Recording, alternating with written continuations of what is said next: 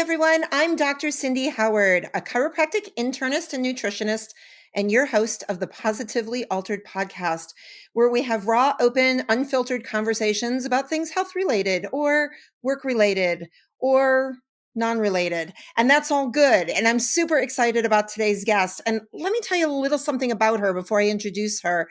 She's got a resume that is phenomenal, but there's a couple things that really struck me about our next guest. Not only does she speak and has done a couple TEDx speaking gigs, but she's a survivor, optimist, and inspirer, which is really interesting to me. She's written a couple books, and on top of it, she's got a master's in organizational communication. Now, I love to communicate, but my assistants will tell you I am anything but organized. So I'm hoping to learn a couple things today, and at the same time, figure out what resilience might actually have to do with donkeys. Yes, you heard me correctly, donkeys. So we're going to take a quick break. I want you to listen to a couple sponsors because they're super important to me. Come on back to find out what I mean by resilience and donkeys. We'll be right back.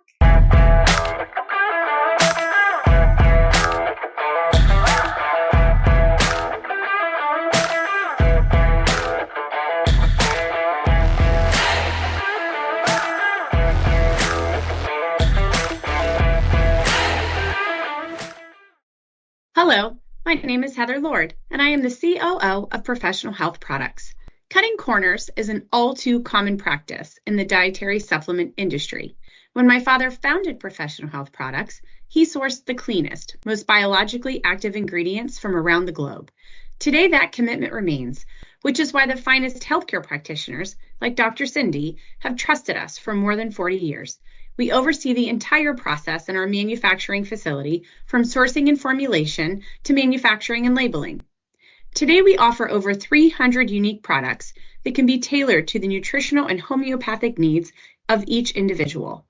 Most recently, we launched a proprietary genetic test, allowing our practitioners to get even more dialed in to their patients' health.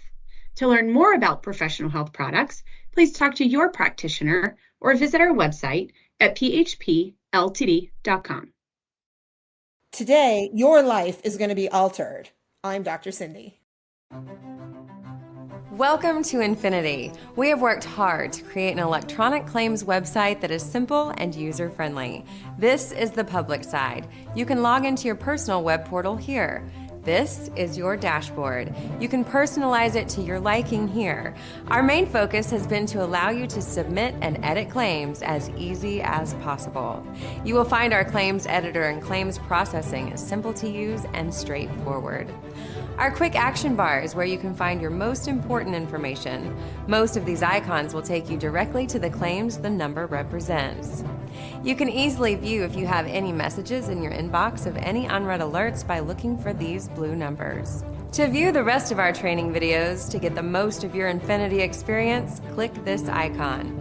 We hope you find this web portal simple and easy to use. Thanks for letting us serve you.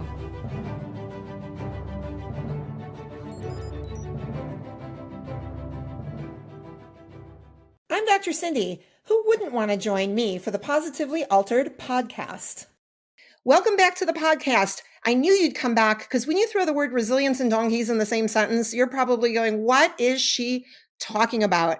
I want to introduce you to my guest today, Anne Grady. Anne, welcome to the podcast. Thank you so much for having me. I'm thrilled to be here. Oh my gosh, this is so great. And you've got decades of experience in this space of resilience and communication and inspiration. But before we get there, let's just get this donkey thing out of the way, can we?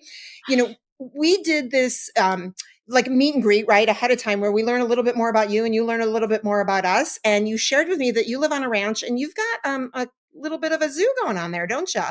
I've got a menagerie. Yes, I've got 2 dogs, but then I've got 2 donkeys and 4 cows as well. Okay, so the dogs I get, right? That seems like a typical pet to have around the house. And actually, even when you say ranch, I sort of expect cows. That doesn't seem that weird. Donkeys sounds a little, how do you come up with how do you wind up living with 2 donkeys? There's got to be a story. Well, our friends had one of them and her buddy, like donkeys need buddies. And that's a big resilience building strategy, this connection, this need we have for connection. And so donkeys need connection. And she had her partner, her buddy had passed away. And so we were just given this donkey and knew nothing about how to care for donkeys, of course. She just needed a place to graze. But she stood on our patio 24 hours a day crying because she just was lonely. So we went online, and be careful when you do a search for ask for sale because you find all kinds of things. But we found another donkey on Craigslist, and she's wonderful. Our donkey stopped braying. Now we have two donkeys, and they are like joy filled, amazing adventures. Oh my gosh, so cool. And what did the cows think? The cows were there first?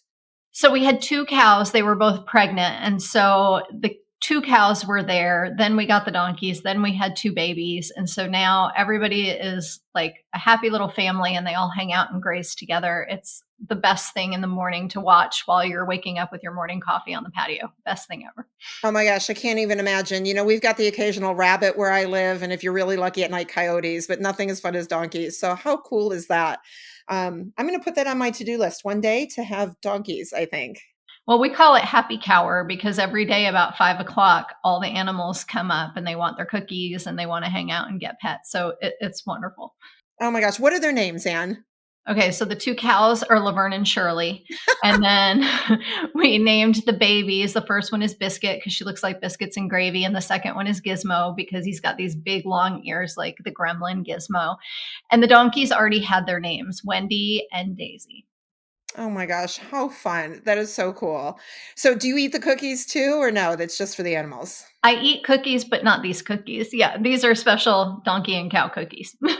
Oh my gosh, so cool. All right, so I'm curious how this is going to go and how the animals are going to play a part. We're going to see in this conversation. Yeah. But you know what? I want to dive in. I want to talk about this concept of organizational communication. I was really intrigued by those two words together because they feel sometimes a little counterintuitive. Yeah, I think it's challenging anytime you have a group of people and you're trying to communicate effectively in any organization. I work with teams like Google and Lockheed Martin and Microsoft and Dell. And so you've got teams that are trying to work together, navigating organizational change, uncertainty, modernization, artificial intelligence, and teams are trying to go through these changes and communicate. And it creates gaps, challenges, and silos. So my work started 25 years ago, really helping teams communicate more effectively, collaborate better, be sources of influence. And as I started researching, then my own personal story unfolded. And that is where my turn came. And it still involves a lot of communication, but now it really is focused heavily on how you navigate stress and burnout and build resilience and well-being in the process, both individually and as a team and organization. So it seems like, and I know myself included, we all have that story, right? There's something that was the impetus for where we're at now and what we're doing. Share the story with us, Anne. Tell us what happened that got you involved in all of this. Well, everybody's got something that pushes them past what they think their breaking point is, right? We all have trauma, and the average person has 5 to 6 traumas in a lifetime. So we've got chances to build this muscle. Well, when my son Evan was born, I knew something wasn't right, and he could very quickly and rapidly got worse to the point where he was in therapy at 11 months old. He tried to kill me by the time he was 3. He was on his first antipsychotic by the time he was 4, and his first pediatric psych hospitalization when he was 7. Second, when he was 10. And during that hospitalization, I was diagnosed with an avocado-sized tumor in my salivary gland that resulted in facial paralysis, a scratched cornea, eye surgery, falling down a flight of stairs in the middle of it, breaking my foot in 4 places, and then navigating my son's mental health challenges and autism and developmental delays and all of these things. So it was, just like most people, you learn through necessity, but I'm also very interested in neuroscience and understanding the brain because of my son. And I'm very interested in how this plays into teams and organizations. And so I really started digging down into the literature, and I learned that there were some things that I was doing that were incredibly helpful in supporting my resilience. And then there were some things that inadvertently I was doing to sabotage it. And so I really started digging in. So let's talk about the sabotage first, right? We tend to go negative, right? And humans tend to do that. So let's just follow suit. How are you sabotaging yourself? Because I have a feeling a lot of us out there are probably doing some of those things that we're not acutely aware of. Sure. Well, you mentioned it, right? Our brain goes to the negative. It's called a negativity bias, and it's a built in protection mechanism. But let's say you're at work and you get a performance review and you're told you do 9 things amazingly well, but you have one opportunity for growth. Well, when you're lying in bed at night and you're ruminating about your day, you're not thinking of the 9 things. You're spinning yourself out like opportunity for growth. I'll give you an opportunity. Let me tell you something about you that you don't know. And we just start spiraling, right? So, what I learned is that the brain is wonderful if your only job is to stay alive. But if you want to be happy and resilient and find some semblance of peace and balance, your brain isn't designed for that. So we actually have to train our brain to work for and toward our resilience rather than against it. And one of those is just recognizing that your brain, anytime you have something negative happen, it's immediately encoded into your brain to protect you. The positive stuff flows right through. So it's not enough to just download positive experiences. We have to install them and we have to retrain the way our brain works. Another example of sabotage is thinking stress is bad for you. We hear all the time stress is responsible for the 6 leading causes of death, and it can be very harmful for your health. It's how I ended up with a tumor in the right side of my face. But I can also tell you that depending on the way you look at stress and the research you've read about it, changes the way your brain and body respond. Like I just had major spine fusion surgery, I had a double fusion spine surgery in June. And the things that I learned about the brain helped me heal more quickly, things that I wasn't doing before I knew the research. So, for example, I wanted to isolate. I didn't feel good. It hurt. I didn't want to be near people. But one of the biggest mistakes that we can make is to isolate, because loneliness causes more people to die every year than smoking, high blood pressure, and obesity. So something simple like, instead of isolating, go find that connection. And they're common sense, simple things that we don't always implement. We just kind of dismiss them. And it's been eye opening to realize there are so many things that you can do to help and hurt your resilience. So the title of your latest book is called Mind Over Moment, Harness the Power of Resilience. And I'm also fascinated by the fact that you use the word moment. So how Yeah. important is resilience in the now, right? Versus looking in the past or thinking about what's going to happen next week? Where does that play a role scientifically and how we can move forward?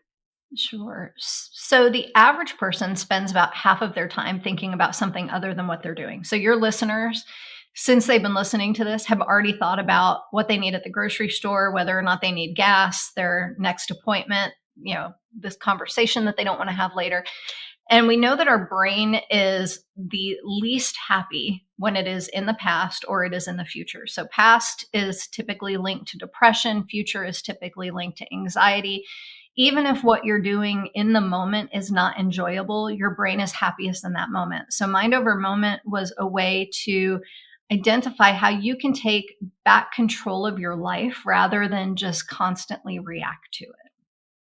How important is self-talk? It's a huge component of your mindset because you believe what you tell yourself, right? And we all have this little committee in our brain. I don't know if I'm allowed to say this on air. You can beat me out, but we all have a shitty committee, right? And so we all have these like voices that are self-sabotaging, and we typically think that our brain is designed to help us, so we listen to those voices. Unfortunately, they're not there to make you happy. They're there to keep you alive. And so we constantly remind ourselves of our shortcomings. We worry about things beyond our control. We ruminate about things that happened in the past. We feel anxious about things in the future. And really, the story you tell yourself shapes the way your brain and body respond. And I'm happy to give you a more specific example if you want. I'd love one. Okay, so they do this study, right, with room attendants from 7 major hotel chains. They find a large group of these people that don't exercise, and they say, okay, for the purposes of the study, don't change what you're doing. But half of that group got shown an infographic that assigned calorie burn to their regular cleaning duties. Now, neither group changed their behavior, but the group that learned that what they were doing burned calories, lost weight, body mass index, lowered blood pressure, increased pain tolerance, cited greater job satisfaction, greater life satisfaction. It's not necessarily what we're doing. It's the way we're thinking about what we're doing that changes the way our brain and body responds. So you can, they've done so many different studies where they gave 30,000 people the biggest stress study ever conducted. And they started by asking, in the last 12 months, what level of stress do you had, low, moderate, or high? And do you think stress is bad for you? And they found that for the people who thought stress was bad for them, there was a 43% increased risk of dying prematurely. Mm. But for the people who had high levels of stress and didn't assign judgment, had a 0% increased risk of dying prematurely. The way you think about the stress drives your physiological, neurological, and biological responses to it. So your mindset and your self-talk is incredibly powerful. The challenge is that most people try to go from a negative to a positive, and that doesn't work. So we live in a culture, we pride ourselves on happiness. Happiness in this country, last I checked, was an $11 or $12 billion industry. Your brain's not supposed to be happy all the time, right? So we go from like, this sucks to this is awesome. And your brain doesn't make that leap, but your brain can go from negative to neutral. So if you're stuck in these negative stories, the goal isn't necessarily to lie to yourself, but it's to make them more neutral and realistic. So for example, with my son, I was stuck in, woe is me, it's not fair. Mm-hmm. Why do my friends have healthy kids and mine isn't? Why do my friends put their kids in timeout? Mine sends me to the ER. It's not fair.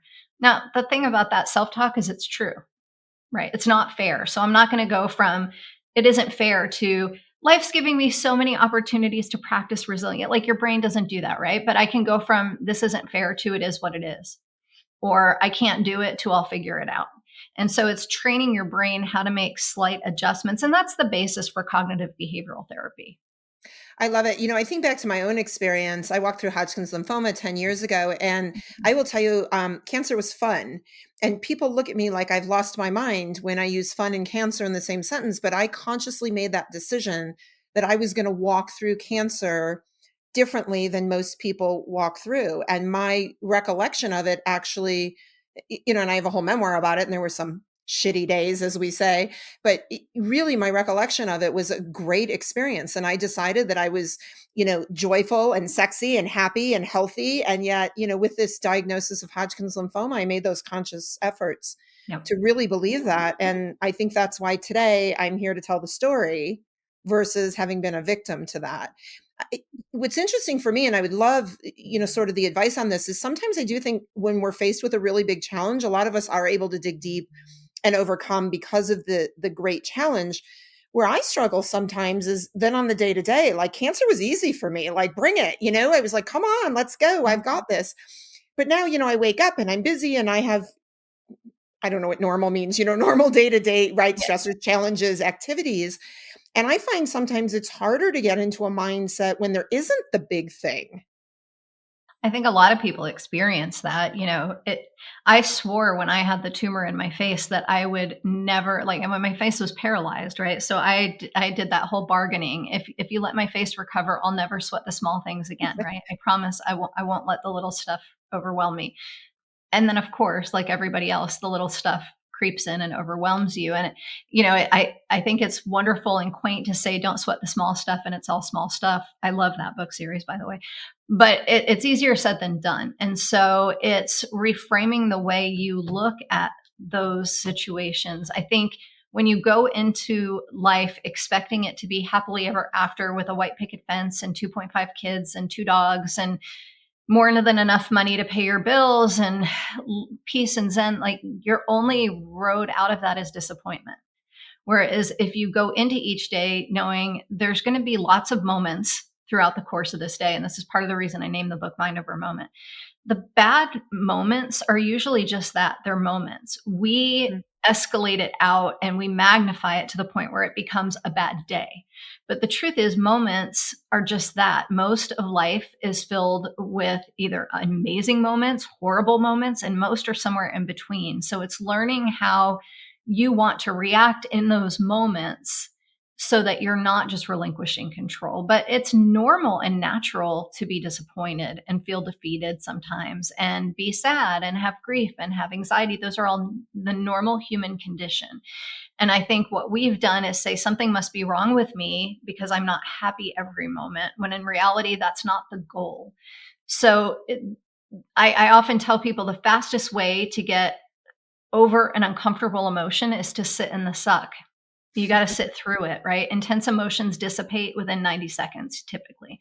So if you're in a really bad place, like, allow yourself permission to sit in it. You don't have to marinate in it. You don't have to spend eternity there, right? But if you're like, what's wrong with me? I should be grateful. I should look for that silver lining.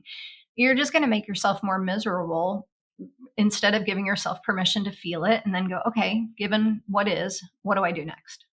Yeah, it's interesting. Sometimes I think it's the perspective, right? That Mhm. we give something and the power we give something 100%. to that challenge. I was in Maine a couple days ago with my son, and we were hiking, and it was interesting. I was complaining. I was complaining. I hate to admit on live, broadcast that I was complaining, but I was complaining because I have lung damage, and sometimes when I hike, I have trouble breathing, and I have to stop and gasp for breath, and I still do it, and I push through. And it was interesting because there was a gentleman walking down the mountain, as like literally after I got done complaining to my son, and my son is like, "Mom, you got this. Come on. Like, you got to condition better. You can overcome this." And I'm like, "Yeah, yeah, yeah." And he was walking down with no legs. Like, literally he had no legs. He had prosthetics with round discs at the bottom, and he was making his way down the mountain. And I thought, "Oh my God, I just complained about having like trouble breathing, for Well, a I think that's fraction of a normal, second." but that's also, and I do the same thing. So my grandmother just moved to Maine. She's 99, and my grandpa, who was 100, just passed away. And so she had to move out of this house that she's lived in for 60, 70 years. She'd been married for 80 years. And I called her expecting her to just be an absolute mess. And she was like, "No, I'm looking forward to the next chapter. Like, I've got some time left. What am I going to do with it?" And I think there are some people, she's always been like that have this natural ability to flip it. Well, I was diagnosed with clinical depression at the age of 19. And trust me, the irony of a depressed motivational speaker is not lost on me. But I am not one of those people who's just able to flip it easily. I have to work at it. But what you just described with the man coming down with no legs is something called comparative suffering. We do it all the time. People will say, "Well, Anne, my child's situation is nothing compared to yours, but," and we all struggle at 100%. So if Mhm. you're trying to take away from your lung capacity challenge because you think it's not as bad as the man who doesn't have any legs, it's all relative, and it's Mhm. all 100% based on what you're experiencing. So it is just as challenging for you as it might be for him. And that doesn't take away your permission to go, it's hard, you know? Right. And it was kind of a fun experience for me because it really didn't take it away, and I'm still gonna complain about it, quite frankly, because it Oh, is a yeah. challenge for me.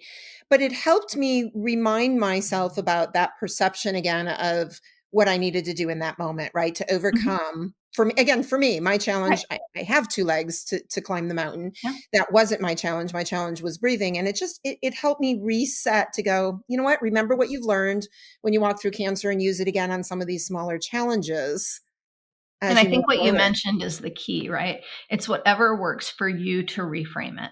And the same strategy that works for you might not work for Julie or Karen or Linda or Bob, right? Like, we all have to find what works for us. That's why resilience is not one size fits all. We all go through trial, struggle, challenge. And we all have a buffer zone, right? We all have this ability to absorb the bad stuff and have the capacity to navigate it because we've built this buffer up. And everybody has a buffer, but some people recover more quickly. Some people's buffer can absorb a little bit more than others, but there are skills and habits and behaviors that can build up this buffer zone regardless of where you start. I love that. So let's talk about a couple of those things. There's some like just good general guidelines or recommendations to start training resilience. So one of them is, it goes back to your brain in the sense that your brain's job is to protect you from threat, but it cannot differentiate real or perceived threat. So your brain can't tell the difference between a tiger or an email. It handles every threat the same way. Well, just like your brain can't differentiate between real and perceived threat, it also cannot differentiate between real or perceived safety. So, the big takeaway from a skill perspective is anything you can do to put your brain in a state of safety allows you to get out of that reactive emotional state. And there are things that you can do intentionally. So for example, anytime you get out of your head and into your body, anytime you feel internally what's happening, your chest is tight, your stomach is tense, your shoulders or your earrings, whatever it is, anytime you get out of your head and into your body, that signals safety to your brain.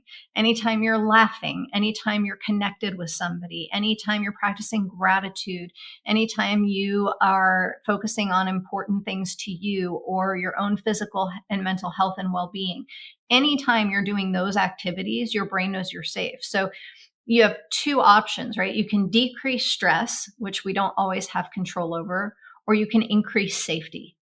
And what most people don't know is that you can intentionally signal safety. And the more often you do that, the more quickly that becomes your default. Your brain defaults to the place it spends the most time. Danger, safety.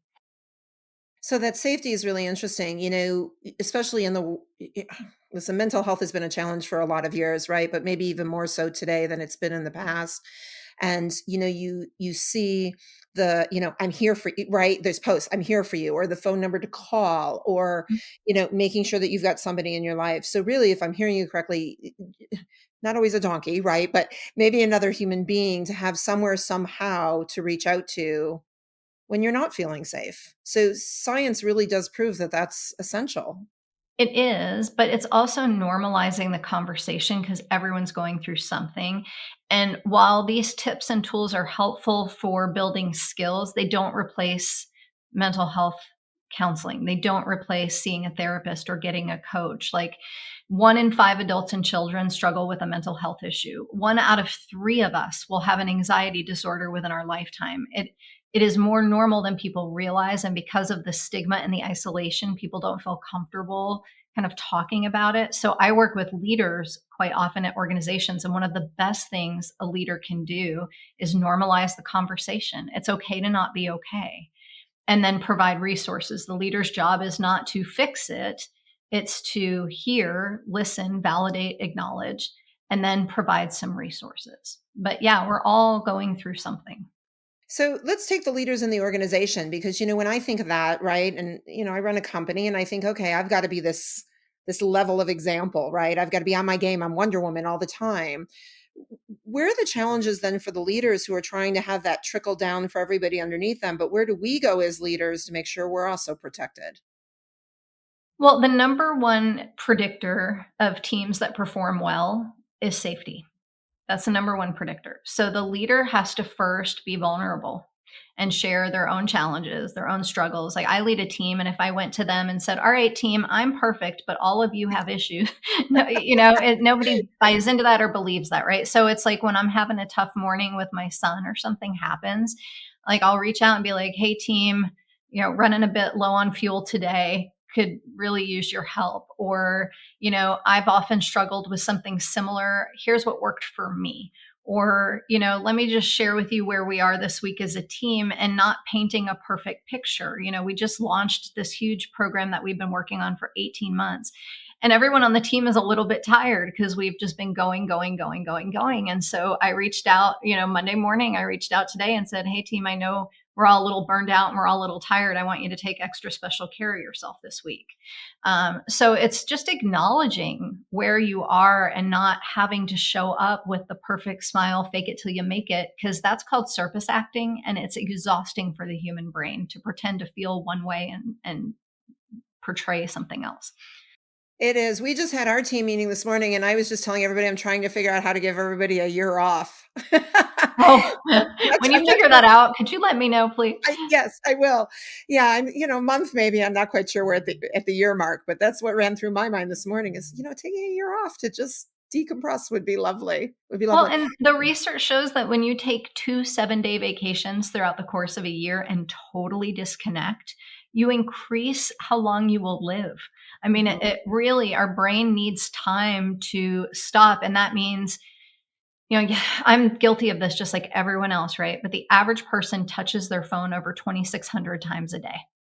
It's the world's smallest slot machine. And so yesterday we were watching a show, and there was like this commercial, and I immediately picked up my phone, and it was just like this natural thing, like, oh, let me check social while there's a commercial, because God forbid we sit still and be alone with our thoughts, right? And so it's little things like that. Like when you do take time off, we talk about rest, but you have to actively rest. Mm-hmm. And that means, yeah, I know I love to watch Netflix and hang on the couch and snuggle with my dogs and do all of those things.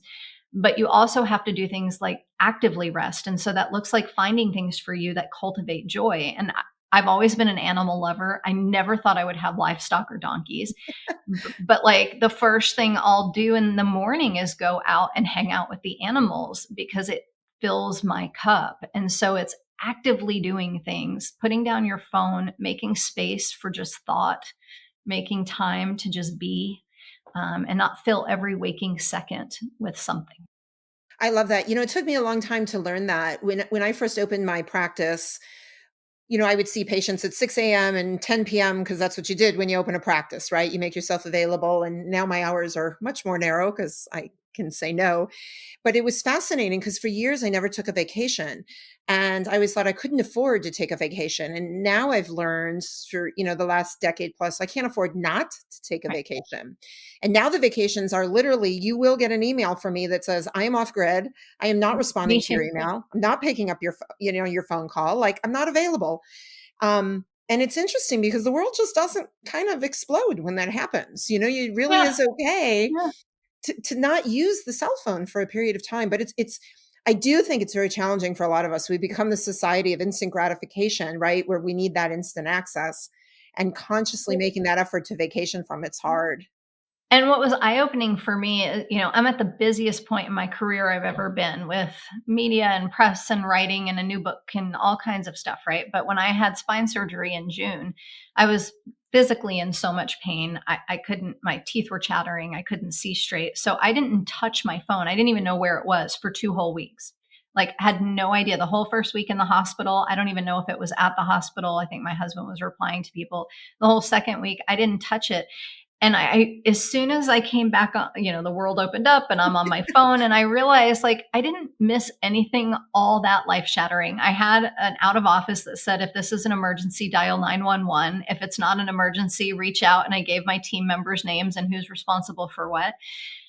And not only did the world not collapse, I didn't have like 6,000 emails waiting for me because people figured out how to deal with the issue on their own or with somebody else. So I think sometimes we hyperinflate our own importance and realize, if God forbid I got hit by a bus tomorrow, the world would figure out the answer and they'd figure out a way, and your patients would find another solution, and my clients would find another speaker or trainer. Like the world goes on. We don't often stop until we don't have a choice. And I'm trying to encourage people to strategically stop so that they will have the choice. Yeah, I love that. I start every morning with some breathing. That's Mhm. that's my pause in the morning. It's, my donkeys Yep. is my breath. And Yep. I end, every day the same way, and little bouts in between where I just stop and I breathe, or I color, or I read, or I just, take a little time to just Well, refocus. and I think, to your point, like, that's self-care. Self-care is not necessarily a bubble bath, it's setting a boundary. It's not necessarily a spa day, it's learning how to say no or prioritizing certain things over others. And one of the questions I get asked most often is, how do we strive for work-life balance? Well, you stop doing that, because that's not the goal. That means like every part of your life should get the same exact time and attention. And that's not true. There are times in your life where your career will get more of your time and attention. And there are times where your family will get more time and attention. And if your kids are little, that'll look different than if your kids are grown and out of the house. And so I think we can take some of the pressure off of ourselves by redefining that Hmm. balance doesn't mean everything gets the same thing. It means you pay attention to what's most important to you, and that your actions align with your intentions. Because if you were to track your time for a week, would you be able to tell what you think is most important to you just by looking at your calendar? Right. And it's okay to allow yourself that gift to put importance in different places, regardless of what others think, On correct? different weeks, at different stages of your life. Yes, absolutely. Right. And I think we struggle with that a lot, right? To your point of, and I don't know who said it, but, somebody out there says you should work, 8 hours a day and family 8 hours a day and sleep 8 hours a day. But yet, for some of us, that doesn't work at all. Right. And it's okay if those hours don't I mean, equal. I will say there's a foundation that you should not stray from. The average person, and I know that there are people listening who are going to go, that's not me. The average person needs 7 to 8 hours of sleep. So the Agreed. people who are out there are like, I function on 3 hours, maybe, but can you imagine what you'd be capable of if you got the other, five? Right. Like Right. we need sleep. Your brain is consolidating memories. It's repairing neurons damaged by stress. It's repairing gray matter that's been damaged through overproduction of cortisol and adrenaline. We all have to have sleep. Your brain and your gut, like I love junk food. I am not like a let's go eat some spinach and kale and call it a day. Like I want a cheeseburger and fries and a chocolate shake with the rest of them. But your gut and your brain are inextricably related. And what you put in one affects the other, right? Movement. We're not designed to remember 3,000 usernames and passwords and sit under fluorescent lighting all day. We are designed for connection and movement. And the more movement you get, the better your mood, outlook, and sleep will be. So it doesn't mean you have to go, CrossFit and end up with blisters on your hands. That's not what I'm referring to, but like the average. So some new research just came out. They did a study with 800 people and they found that the people who sit most often, it's more dangerous for them than smoking.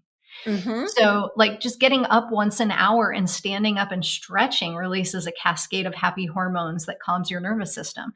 So, even something as simple as once an hour, stand up, like that's self care. It doesn't have to be these momentous things. It can be tiny, subtle shifts in our daily behavior that generate a great return for the time. That's so awesome. Again, on our team meeting this morning, one of my team members was walking on her treadmill at her desk while the Great. others of us were like, thank you for doing the exercise for us. And now I'm thinking the entire team needs a Dr. Cindy walking treadmill when we have our meetings. I'm telling you, if you can have a walking meeting, they're better. They've actually been proven to be more productive, and you can record it on your phone or do whatever you need to do, right? But we think better when we move.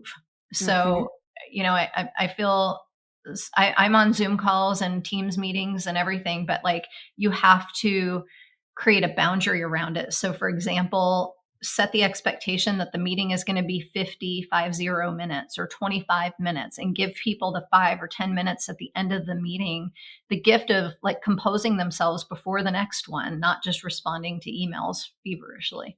That's a great little tidbit. I love that because some of us are, in that death by meeting, Yeah, cycle that so never many of us seems are. to end. And, a death by meeting with a 5-minute break sounds a whole lot more lovely. I And love that. most of the meetings that we have don't need to be meetings. Right. No, that's true too. Now tell Yeah. me, you've got a new project that you're just launching. Tell me about Yeah. that. So, yeah, I speak around the world for lots of companies and I do training and development with lots of teams. And every time I'm done, people ask, like, how do I carry this conversation forward? Or how do I share this with my family? Or how do I have ongoing conversations with my team? So, we just launched a resilience reset deep dive. My keynote is the resilience reset. So, you get my keynote, but it's 10 additional modules, each with a video, a leader's guide, a participant workbook to help you carry on the conversation, engage in team activities, really practice new skills, because the way we learn best is to get a new skill and then practice it and then come back and get another skill. And so if you go to a training workshop or a keynote, it's great. You get a ton of information, but you don't necessarily retain all of that and practice all of that. So this is a way to break the learning into bite-sized chunks, and it works with your family, it works with your team, it works, you're doing it individually. So I'm just really excited. The feedback has been overwhelmingly positive. We're thrilled. And how can we get a hold of that program? How can we find it? So you can go to my website, annegradygroup.com/deep dive. So the name of the program is Resilience Reset, and we're diving deep into it to build on those skills. But you can go to annegradygroup.com/strong to get my newsletter every week with tips, tools, and strategies, absolutely free. And you'll get a free resilient self-assessment there as well. I love it. We're definitely going to check that out. All right. We've got a deep dive into a couple commercials because those people are really important to me. They support the program. Yep. And then Anne, if you'll hang tight, we're going to be right back. We're going to do a couple rapid fire questions that never seem to be rapid, but we're going to do them anyway. You in for that? Sounds good. All right. Everybody sit tight. Take a quick listen. We'll be right back with Anne Grady. This is your weekly dose of Dr. Cindy, the Positively Altered podcast.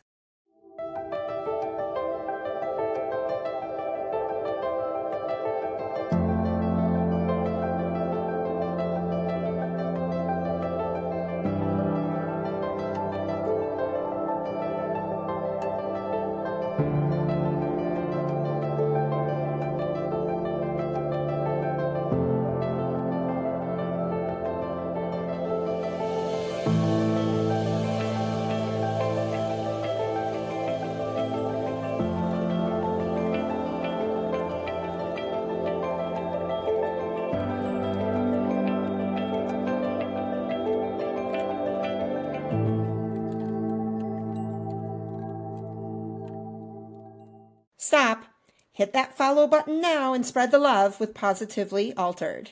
And we're back to one of my favorite parts of the program. It's all good stuff, of course, but I love the rapid fire questions because they're never answers that I expect. And I'm super excited, Anne, to see what your answers are. You ready to go?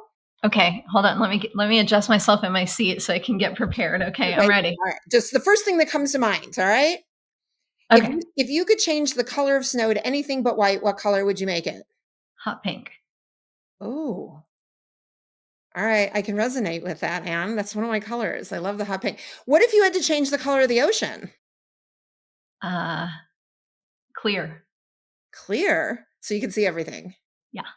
That would be pretty cool. All right. There's this big burning question always of the one famous person, dead or alive, that you would have a meal with. I think it's sort of a lame question. I'm more interested in what that meal would consist of. What would you pick to eat with that famous person? Chicken Parmesan. And would there be any sides or just the chicken parm? An extra bowl of sauce. Okay. Is there meat in your sauce or it's just a tomato-based sauce? I just like a reason to eat sauce. So it doesn't matter what the actual food is as long as there's lots of whatever sauce goes with it. So if there's leftover, you're full on with a spoon in the bowl. 100%. There's nothing left. No, I make garlic bread just to eat the sauce. Okay. No. That sounds reasonable. Like my husband always says, whenever it's like uncomfortable and inappropriate, add another spoon of sauce. And that's when I'll be happy. That sounds like a good title of the next book. And right there, whenever it's inappropriate, add a spoon of sauce. I like that. Or a t-shirt. There you go. A t-shirt. All right. Singer, dancer, or musician. What would you pick if you could do that and excel and be famous at it? Musician. And what would you play? I played piano for a long time, so I would rekindle that. I would play piano. And what type guitar. Or guitar. And what type of music? Oh my gosh, every type of music. I love it all. I love Grateful Dead and I love country and I love alternative and I love it. I'm going out to see a concert this weekend. I love it. I love music. Have you been to Grateful Dead shows back in the day? Well, I've been to Grateful Dead shows because, they stayed the Grateful Dead, then they went to Further, then they went to Dead and Company. Oh yeah, my husband's a Deadhead, so I've been all over the country to a variety of shows. And I didn't even know I knew who the Grateful Dead were before I met him, but I had never really paid attention to the music. And now I just love it. It's such a great culture and the people are happy and peaceful. And you've got neurosurgeons with, you've just got all eclectic people and they're great.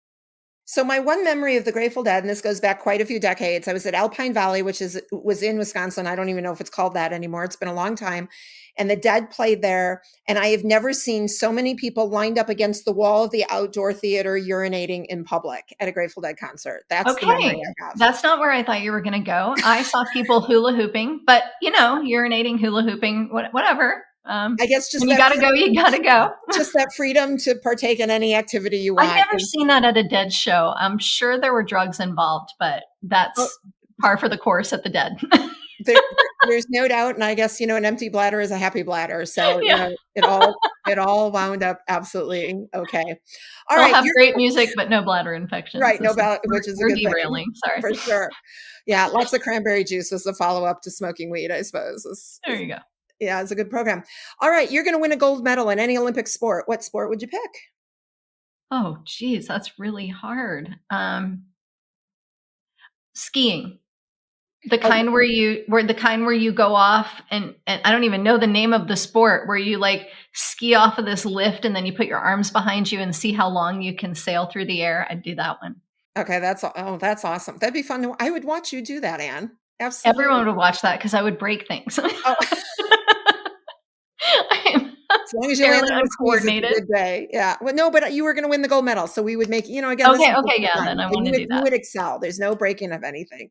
What That's I for don't even sure. that's not slaloms. What do you even call that? I don't know. Ski jump, maybe, because the slalom Yeah, is where you're going maybe like ski back and jump. forth, right? I think it's just ski jump. Julie's back there feverishly Googling, what do we call that? I don't, right? Yeah. You know what? We're going to call it ski jump, whatever it is, because this Okay. is, All right, sounds good. this is our I'd moment, get a gold Anne. medal in Yeah, this is speed our jumping. moment, and your gold medal, and we can name it Ski jumping. whatever we want to name it. All right, I have one last question, but before Okay. I do that, how are you and your son doing today? We're doing well. Evan lives in Idaho and I live in Texas. We've been on a list for about 19 years to get him services here, and we're still close to 30,000 on the list, 30,000th on the list.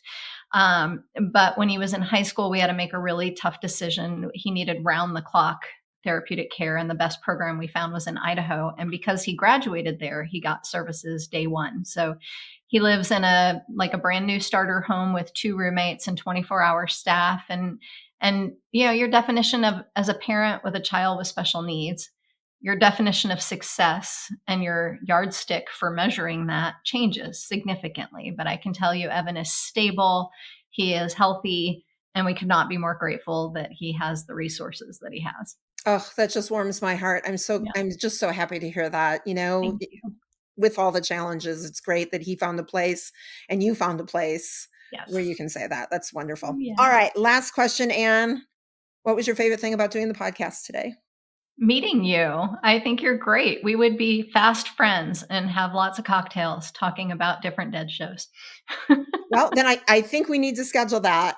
All right. I know you gave a little information, but let's just do it again for all the listeners. Where can everybody follow you, find you, buy the book, share everything, so we know? So all of social media is at Anne Grady Group, and my name has an E, ANNE Grady Group. And you can go to annegradygroup.com/strong for my newsletter, annegradygroup.com/books for any of my 3 books and journal, or annegradygroup.com/deep dive for more information on the digital program. Please make sure you check Anne out. She is absolutely fantastic. If you want to learn more about me, you can check me out at drsindyspeaks.com or send me an email at hello@drsindyspeaks. You can also find my book, Positively Altered, Finding Happiness at the Bottom of a Chemo Bag, at Amazon or any places that you like to buy your favorite books. And you just missed the donkey. The donkey?